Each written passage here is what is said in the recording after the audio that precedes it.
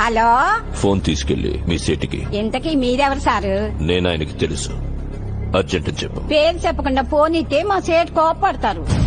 ఏయ్, బాయ్ నుంచి ఫోన్ అని చెప్పు. ఎవరికి బాయి? మా సేటుకు బాయా? సేటు పెళ్ళానికి బాయా? నేను ఖల్లీదిని మాట్లాడుతున్నాను. ఇంతకే నువ్వేం చేస్తావు? నా గురించి తెలీదా నీకు? టీవీలో చూడలా? టీవీలోనా? ఏ సీరియల్లో వస్తావు? మారుతుంగా సాలి. కేకరేకొచ్చా? లేదా హితుంగే పోనా?